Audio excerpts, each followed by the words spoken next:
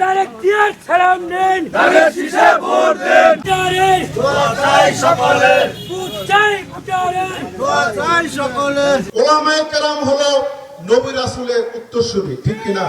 দেশের অস্তিত্ব স্বাধীনতা রক্ষার স্বার্থে বিএনপি ক্ষমতায় আসতেই হবে, তার কোনো বিকল্প নাই।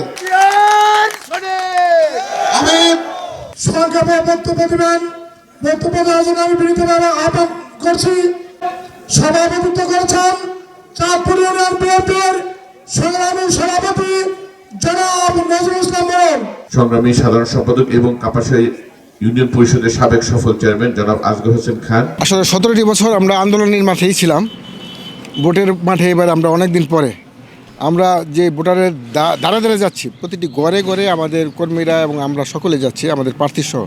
আলহামদুলিল্লাহ, আপনাদের সকলের দোয়ায় এবং সকলের সমর্থনে আমাদের মানুষের যে সাড়া পাচ্ছি, অভূতপূর্ব এই সাড়াটা পাচ্ছি। ইনশাল্লাহ মানুষ মুখিয়ে আছে দানা শেষে ভোট দেওয়ার জন্য। যে আন্দোলন সংগ্রামে যেহেতু আমাদের প্রিয় নেতা শাহরিয়াজুল হান্নান রিয়াজ রাজপথে থেকে আন্দোলন সংগ্রামে নেতৃত্ব দিয়েছেন এবং তরুণ সমাজ ওনাকে আইকন হিসেবে মেনে নিয়েছেন, আমরাও ওনার পক্ষে আছি। সাধারণ মানুষ ওনাকেই ভোট দিয়ে ইনশাল্লাহ জাতীয় সংসদে পাঠাবে। গাজীপুরের মধ্যে কাপাসিয়া একটু শিল্পাঞ্চলে অনেক পিছিয়ে আছে।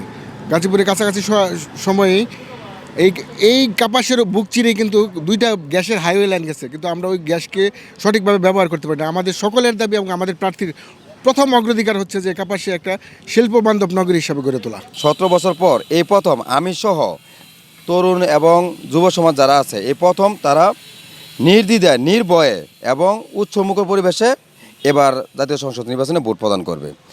আমরা শুধু দলীয় নেতাকর্মী না, কাপাসিয়া তৃণমূল থেকে আপামর জনগণ এবার ব্যাপকভাবে উৎসাহ উদ্দীপনার মাধ্যমে ভোট কেন্দ্রে যাবে, অংশগ্রহণ করবে এবং আমাদের প্রার্থী শাহরিয়াজুল হান্নান রিয়াজ ভাইকে দানেশে ভোট দিয়ে কাপাসিয়া থেকে সর্বোচ্চ ভোটের ব্যবধানে বিজয়ী ঘোষণা করবে। দীর্ঘদিন ধরে জনগণের সাথে কাজ করে যাচ্ছি। আপনার বিশেষ করে গণতন্ত্র পুনরুদ্ধারের আন্দোলনে আমাদের কাপাসিয়াবাসীকে নিয়ে, গাজীপুরবাসীকে নিয়ে, যেহেতু আমি জেলার দায়িত্বেও ছিলাম, আমরা আন্দোলন সংগ্রামে ছিলাম। এখন এসেছে ভোটের পালা, জনগণের কাছে যাচ্ছি। যেহেতু বিএনপি আপসীনভাবে এককভাবে এই গণতন্ত্র পুনরুদ্ধারের আন্দোলনে নেতৃত্ব দিয়েছে, কাজে জনগণের মাঝে ব্যাপক সাড়া পাচ্ছি। সেই সাথে আপনারা জানেন আমার মরহুম পিতা